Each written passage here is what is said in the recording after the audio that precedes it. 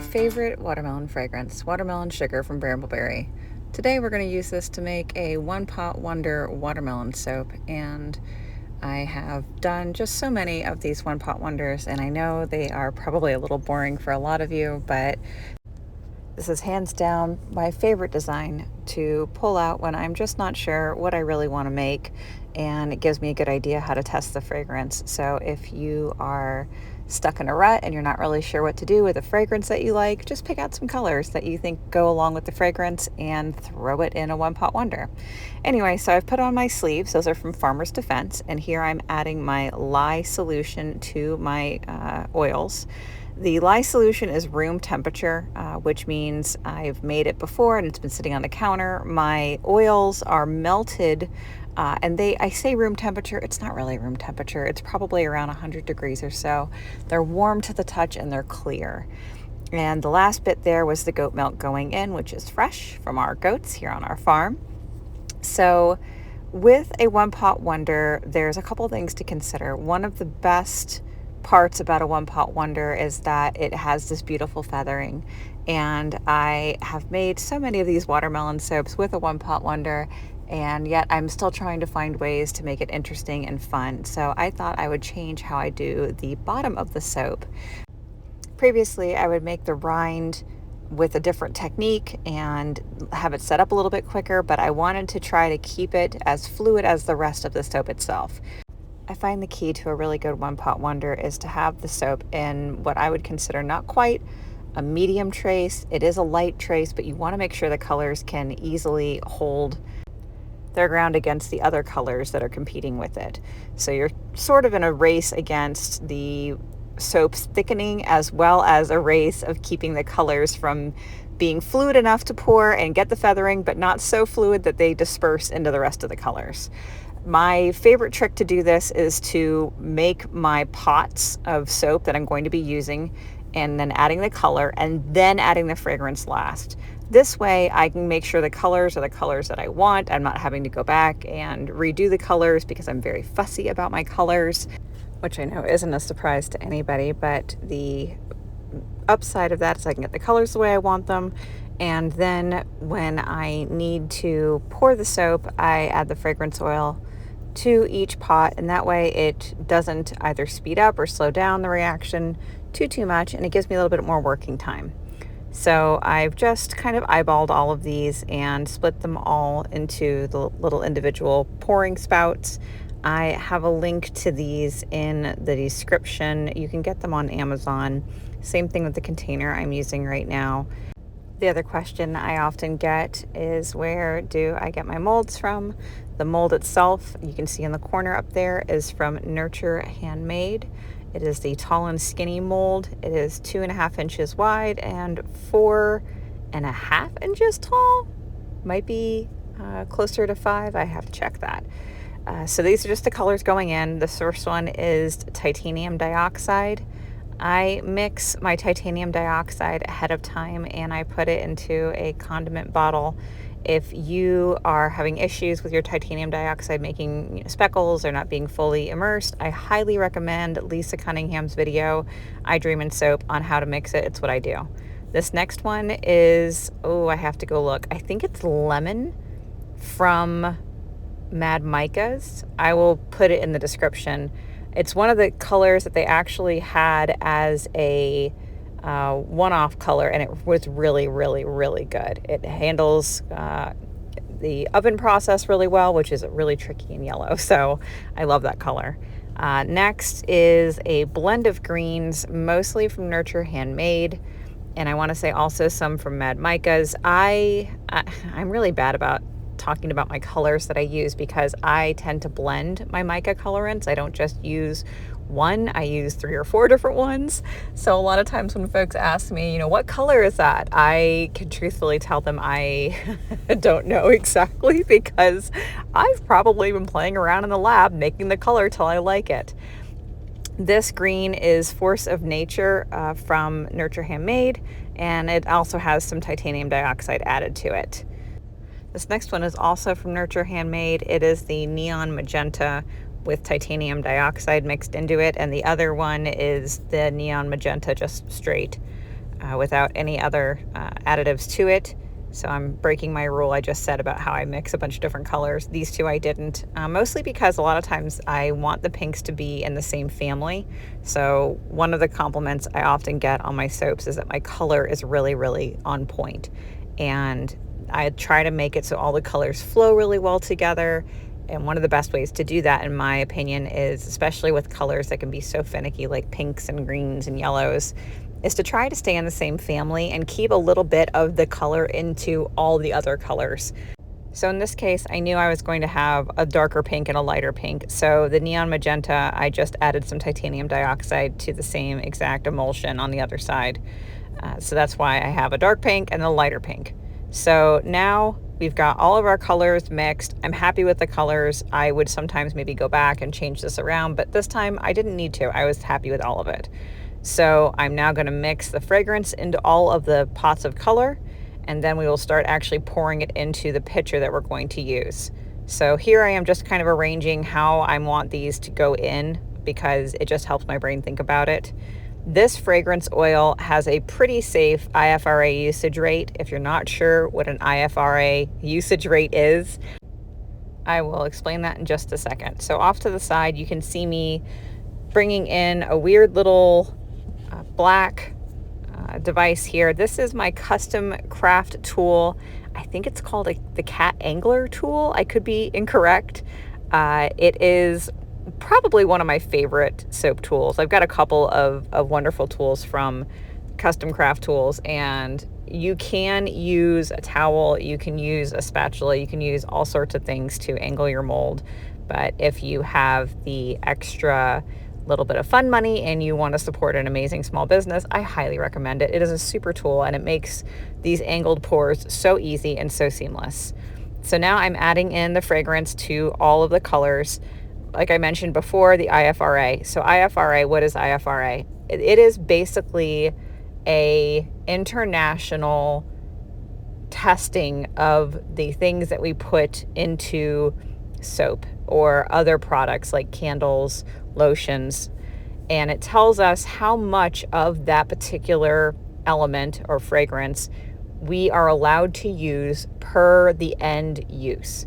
So for example, for soap making, most of us like to stay around 5% usage rate. There are some fragrances that have a much higher percent, like, I've seen ones up to 100%. So that means you could apply that fragrance oil directly on your skin and it wouldn't hurt or irritate your skin. There's others that are super, super tight, and they've got a very small, narrow window. Often on those, they say not for use in things that are going to come in contact with human skin. So lotion or soap or bath bombs. In this case, this has a pretty generous IFRA window, so I'm not afraid of mixing it into each pot without measuring it exactly, because even if there's a higher concentration in one color versus the other, it's not dangerous. Okay, so now we pay attention to the part where Whitney wasn't paying attention when she was doing this. So initially I forgot, because I didn't talk about it. I wasn't talking during making this. I'm taping over this afterwards. When you make a one pot wonder, the colors go in backwards. So what you pour in first is what is on top of the mold.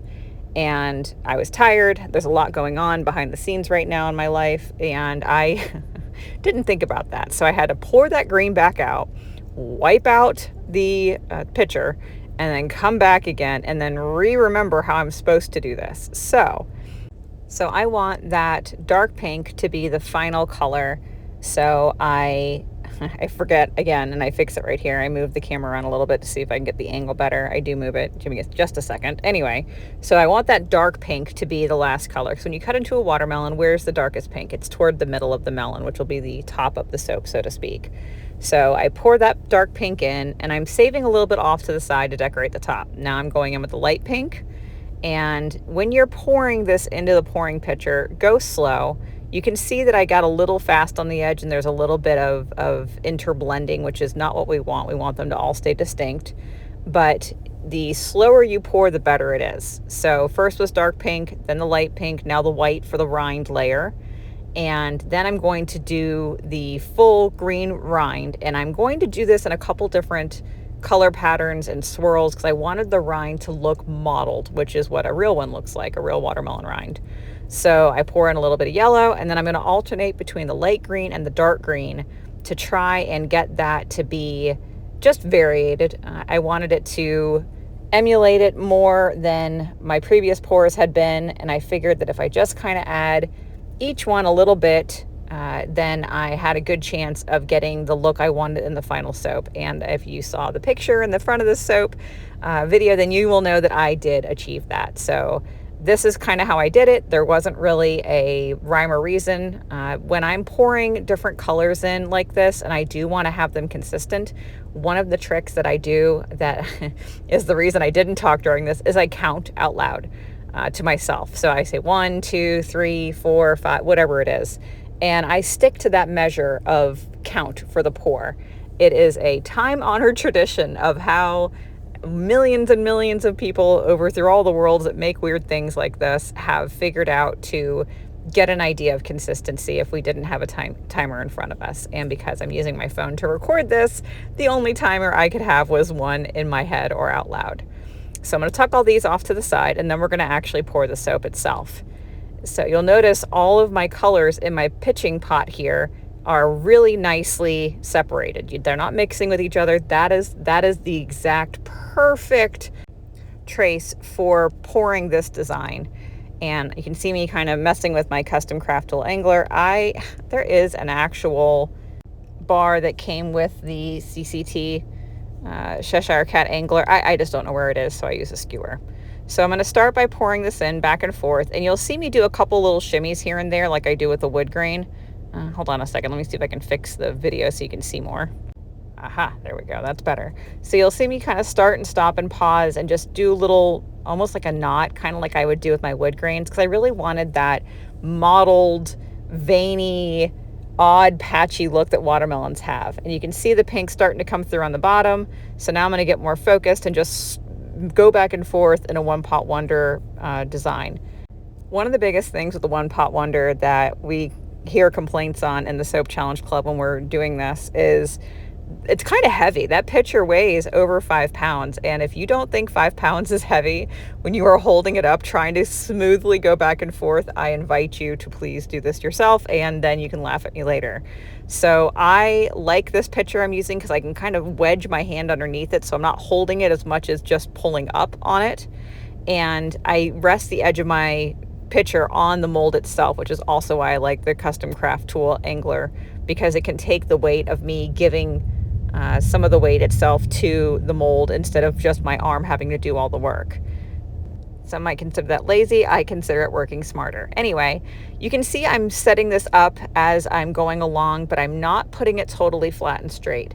One of the big pitfalls of this design is as you pour, obviously you have to start straightening up the mold, or you're going to dump soap all over your workspace here, which I also do sometimes, but I try not to do it on purpose. As you're going up, do it slowly so you're not slamming from a strong angle to straight up and down. And if you have to, you will end up seeing this odd break in the one pot wonder feathering effect, which is totally fine if it happens, but I particularly don't like that, so I try to be really smooth and really slow in my transition from angle to upright. So now we're at the end of it. I'm going to pour the rest off to the side and clean up the sides of the mold a little bit here and jiggle it down just to make sure everything is settled in, because it did get a little thick towards the end of this pour, because the fragrance, while very well behaved for a watermelon fragrance, especially for how sweet it smells and its retention and the fact that it doesn't discolor, it does hurry just a little bit. And then on to arguably every soap maker's favorite part, which is decorating the top. I'm not sure if all of soap makers feel this way, but I know for a lot of us, swirling that top or doing the top of the soap is possibly one of the most satisfying parts of making soap. So a lot of times with the watermelon soaps, I do an actual watermelon look. So I have like the rind and I have the pink and I put some seeds, but if you notice, there's no seeds in this soap. This is a seedless watermelon soap. So I had to kind of chew on what I wanted to do. And for this soap, I wanted to keep it simple. I wanted to show off the colors, and I wanted it to be a easy to package soap because I knew with everything else in our life happening right now, I didn't want to have to go crazy trying to figure out what to do, packing around some of the wilder tops that I make. So I decided to put all the greens and yellows into one side, and I'm going to pour it down the one side here. And again, I'm looking to try to make it a little mottled looking and a little loopy, and I need another word for that, but I don't really have one. You get the idea. I wanted it to look like watermelon rind itself. And I initially thought I was just going to kind of drape and push the other colors through that. But at this point, even though it had thickened up a little bit, the soap was still so fluid, I end up pivoting. So you can see me take a pause here. I'm looking at it. I'm thinking about it. This is actually kind of the fun parts of doing this without sound is I knew I was dithering over what I wanted to do here, but obviously none of you do because I recorded over it. So I decide that it's behaving too well. I'm just going to try and see if I can make the normal watermelon look. So I'm adding the white in right now because you can't totally see it, but I still have about a 1/2 inch of space in the mold. So I can't just leave it how it is. I have to put soap in there. So right now I'm thinking, okay, I can absolutely make this work. I'm gonna blend the pinks over. Maybe I'll swoop it over. And I'm just, planning in myself and not panicking so much, but just trying to be considerate about what I'm going to do because I want it to look beautiful. And I still want it to be easy to pack, and I still want it to look like watermelon. So once I put the white in, I'm looking at it and I realize there's just no way I'm going to be able to do any meaningful design. So I say to myself, well, self, this is silly. Let's pivot. Let's change course. So I put in the dark pink, and I'm going to put the light pink in just a second here. And I decide to do just kind of a simple swirl. And I don't normally do this ever with the watermelons. And this was such a good lesson for me that simple is a lot of times just as pleasing, if not better, than a lot of the crazier options I tend to think of. Because this end look of the top, I think, came out just so pretty and so easy.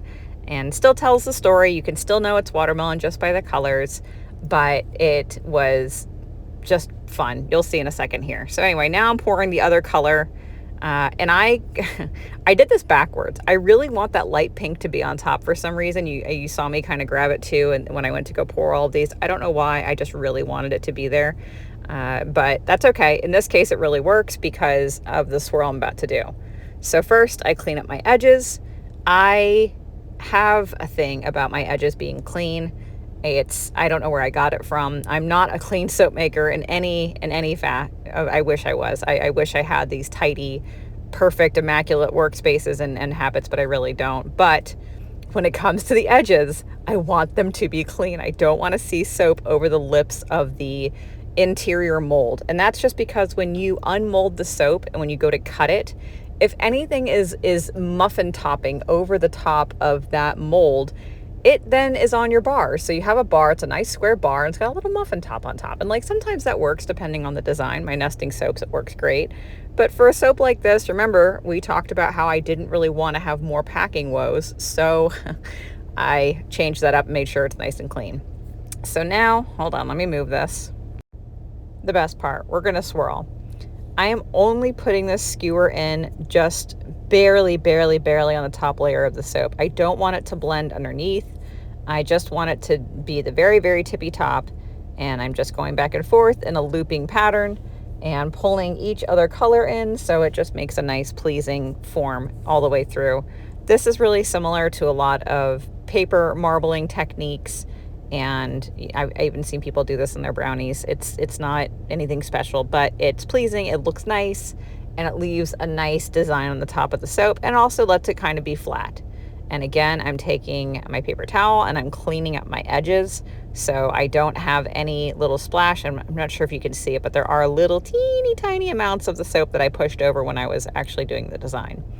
So once this is completely done, I'm then going to spray it with 99% rubbing alcohol. This just helps prevent interior soda ash from coming up the top and ashing up the top of the soap. Each environment's different. I live in South Florida, so I don't really have a huge issue with that as long as I put the rubbing alcohol on. I know other climates need to put either saran wrap or they leave it in the oven or everywhere else a little longer. So here is the final soap.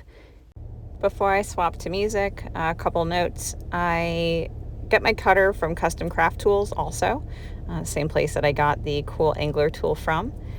The soap I'm super thrilled with. My next time I do this, I'd probably make the rind a little less thick, and I use more pink instead of the greens, but all over, I'm absolutely thrilled with how this came out. I love the mottled look to it. I think it was very successful. I would just maybe like a little less rind for my watermelon. Apparently it was, I don't know, really cold this year we grew these watermelons.